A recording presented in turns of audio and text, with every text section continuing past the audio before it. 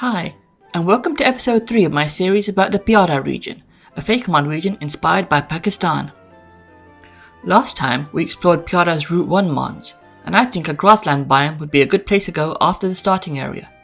The last mon we looked at was a dog, so this time let's start with a cat, specifically a cheetah. So I think cheetahs are pretty neater. They're the fastest land animal, capable of running at 80 to 98 km per hour, but only in short bursts. And because they're so specialised for speed, they get pushed around by bigger, tougher animals quite frequently, making the species as a whole pretty anxious. Short but intense bursts of energy that make you tired and anxious afterwards? That sounds like the experience of a caffeine high, and the subsequent caffeine crash to me. Mixing cheetahs and coffee, here we have Cappucheetah, which evolves into Cappucheetah. These electric normal Pokémon eat coffee beans for bursts of energy, which is also where they get their electrical powers from. However, when the caffeine rush wears off, they become worn out, nervous and jittery, so they need to use their coffee charges carefully.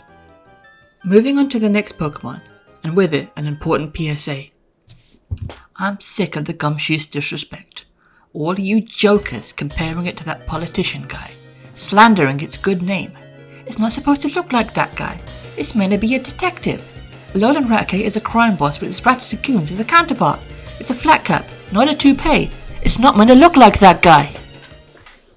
I hate nerds more than I hate mad agents.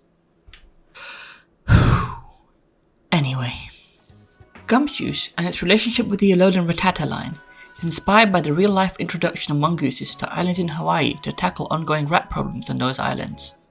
Unfortunately, they didn't do a particularly good job of getting rid of the rats, and were much better at hunting local bird populations. Whoops.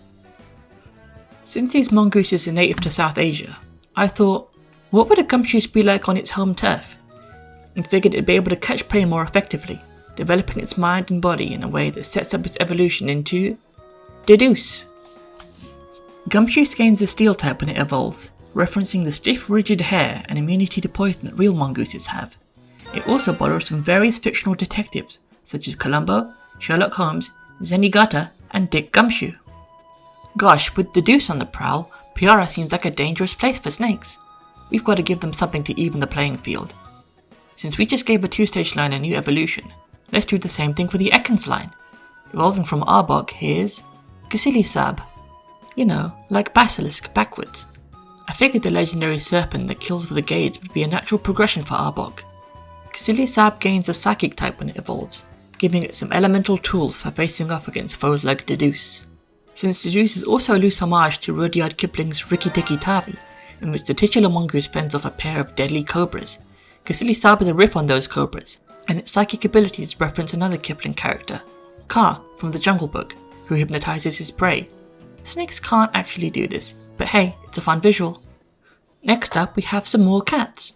Here are Trikiti and Peresto, dark fairy types with a bit of a witchy flavour. These two don't need too much explanation. They're witchy cats, with magic surging through their matted fur that they can release through their star-shaped tails. They can knock things off your shelves without even touching them, which is every cat's dream. Wrapping things up, here's the normal type Monkeegor. Based on a bunch of different primates, Monkeegor is physically weak, but compensates for that with its keen intellect, which it uses to evade predators and catch prey.